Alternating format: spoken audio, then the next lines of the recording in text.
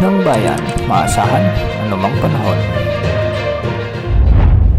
Magandang oras po sa ating lahat. Narito na ang update ukol sa binabantayan nating si Bagyong Julian ngayong tanghali ng Lunes, September 30, 2024. Sa ngayon ay patuloy na dumadaan malapit sa Sabtang Island, Batanes ang mata ng napakalakas na bagyong si Julian. Huli itong namatan ng Pag-asa sa katubigang sakop ng Sabtang Island sa bahagi ng Batanes. Taglay pa rin ang napakalakas na hangin na umaabot sa 175 km per hour malapit sa gitna at pagbugso namang umaabot sa 240 km per hour. Kumikilos ito ng north-northwest sa bilis naman na 10 km per hour. Kung makikita natin sa ating satellite animations ay napakalaki ng eye wall ng bagyong ito at sa mga susunod na oras ay posible na itong maging super typhoon category. Sa ngayon ay nakataas pa rin ang Tropical Cyclone Wind Signal number 4 sa bahagi ng Batanes at northern portion ng Babuyan Islands. Ang mga lugar na ito ay makakaranas ng napakalakas na mga pagbugso ng hangin at malalakas na pagbuhos ng ulan.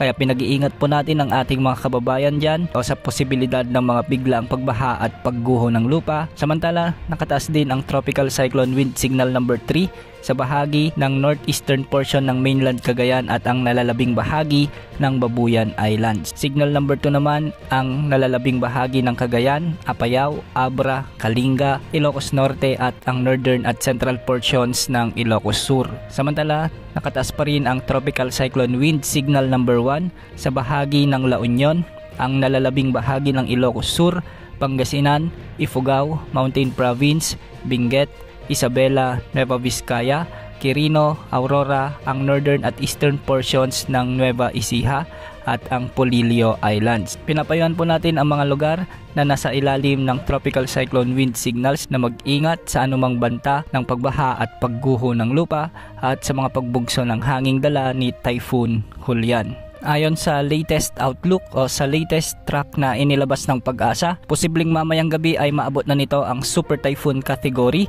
hanggang sa mga susunod na araw. Kikilos ito ng hilagang kanluran bilang super typhoon at posibleng makalabas ng ating area of responsibility bukas ng hapon.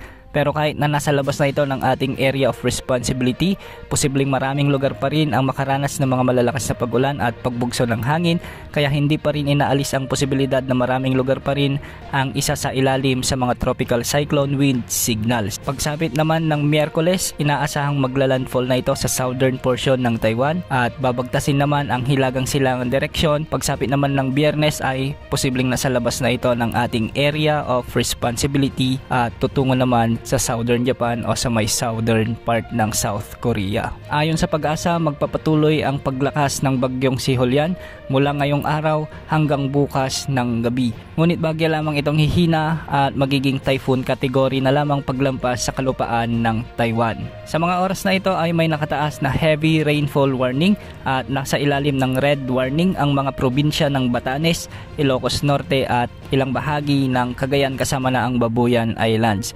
Nasa orange warning ang Ilocos Sur, La Union, Apayao, Abra at Cagayan. At nasa yellow warning ang Benguet at ang nalalabing bahagi ng Cagayan. Ang mga lugar na ito ay pinag-iingat sa banta ng mga pagbaha at pagguho ng lupa. Samantala makakaranas naman ng mahina hanggang sa katamtaman na kung minsan ay may malalakas na pagbuhos ng ulan sa bahagi ng Pangasinan, Nueva Vizcaya, Isabela, Quirino, Mountain Province, Ifugao, Kalinga at ang nalalabing bahagi ng Cagayan. Posible itong makaapekto sa susunod na 2 at 3 oras at posible ring makaapekto sa mga kalapit na lalawigan. Yan muna ang update para kay Bagyong Julian ngayong araw ng Lunes. Ito po ang weather update ng bayan, maasahan anumang panahon.